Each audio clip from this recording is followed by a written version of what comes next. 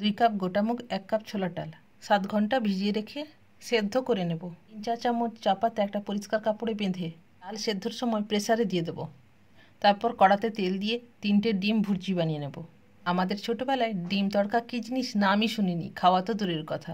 এখন শুধু ছেলেকে বাইরের খাবার দেবো না বলে সব শিখে গেছি।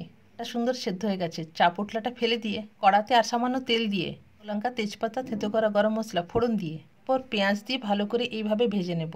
পেঁয়াজটা ভাজা হয়ে গেলে 1 চা চামচ আদা বাটা, 1 চা চামচ রসুন বাটা দিয়ে ততক্ষণ ভেজে নেবো যতক্ষণ না তেল ছাড়ছে। কম সময় কেটে রাখা টমেটো, কসুরি মেথি, লবণ, লঙ্কার গুঁড়ো, হলুদ গুঁড়ো, কাশ্মীরি লঙ্কার গুঁড়ো সব দিয়ে ভালো করে কষিয়ে নেব তেল ছাড়া পর্যন্ত।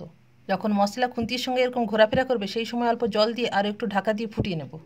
এরকম তেল ছেড়ে এলে ডিম ভাজা ডাল সেদ্ধ দিয়ে ভালো করে আর একটু নেড়ে চেড়ে ফুটিয়ে নেব। স্বাদটা ব্যালেন্সের জন্য 2টো বাতাসা বা একটু চিনি। বাস হয়ে গেল না ধাবা স্টাইল ডিম তড়কা।